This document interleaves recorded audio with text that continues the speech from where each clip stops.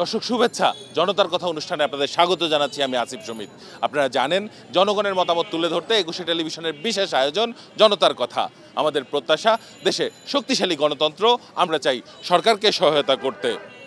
দর্শক, আইন উপদেষ্টা আসিফ নজরুল এক বক্তব্যে উল্লেখ করেছেন যে বিএনপির সঙ্গে ছাত্র নেতাদের দূরত্ব বাড়ছে।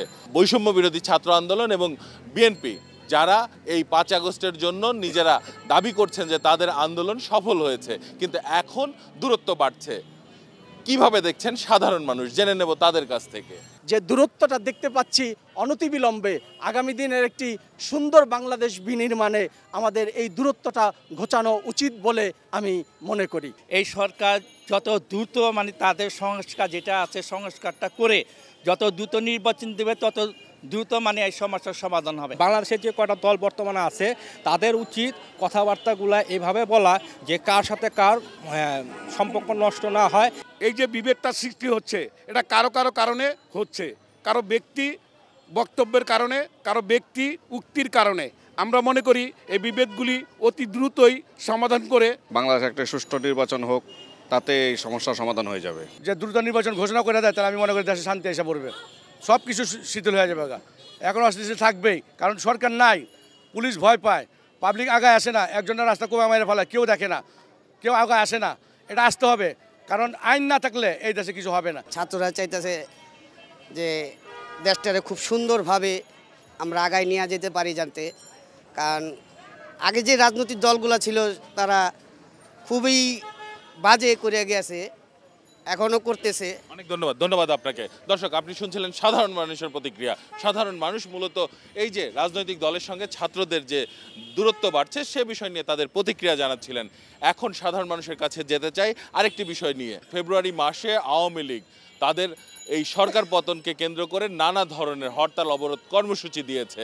এই দলের এই কর্মসূচিকে কিভাবে দেখছেন সাধারণ মানুষ, জেনে নেব তাদের কাছ থেকে।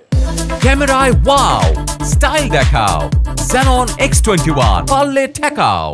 যে জনগণ তাদের নেবে না, কারণ তারা যেভাবে হত্যাযজ্ঞ চালিয়েছে, যারা যেভাবে মানুষ পিটিয়েছে এবং যারা যেভাবে জনগণ বলেন এবং বিরোধী দল বলেন, যারা যেভাবে তারা জেল খাটিয়েছে, তারা রাজপথে টিকতে পারবে না। ইনশাআল্লাহ জনগণ তাদের প্রতিহত করবে। আওয়ামী লীগ কখন আর এই হরতাল কারফিউ দিয়ে কিছু করতে পারবে না। যে হরতাল দিবে, ইস্যুটা কি? কোনো ইস্যু নাই, কারণ একটা সময় তাদের ইস্যু ছিল যে বঙ্গবন্ধু হত্যা এবং মুক্তিযুদ্ধের চেতনা নিয়ে যে সমস্ত কথা বলেছিল এগুলো বিক্রি শেষ। তারা দেশের ভিতরে একটা বিশৃঙ্খলা অসৃষ্টিকলা সৃষ্টি করার জন্য তারা দেশের ভিতরে এগুলা পরিকল্পনা করতেছে। ওরা আইবার চায়, আবার কি অনেক দেশে তো অনেক কিছু ক্ষতি করছে, ভালো করছে।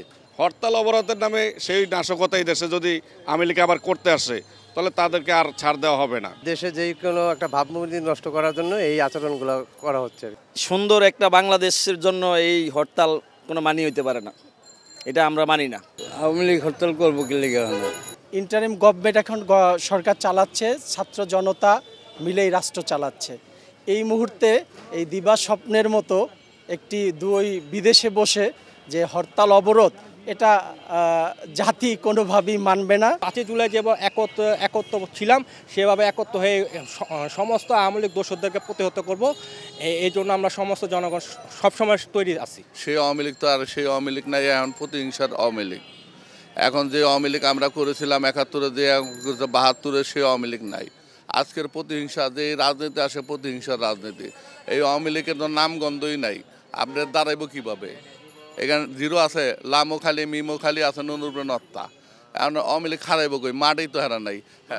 ধন্যবাদ আপনাকে। দর্শক, আপনারা শুনছিলেন সাধারণ মানুষের প্রতিক্রিয়া। সাধারণ মানুষ কিন্তু তাদের ভাবনাগুলো অসাধারণ, তাদের চিন্তা অনেক সূক্ষ্ম ও গভীর। দর্শক, জনতার কথা দেখতে প্রতি শনি, রবি, মঙ্গল এবং বুধবার চোখ রাখুন একুশে টেলিভিশনে। সঙ্গে থাকবো আমি আসিফ সুমিত।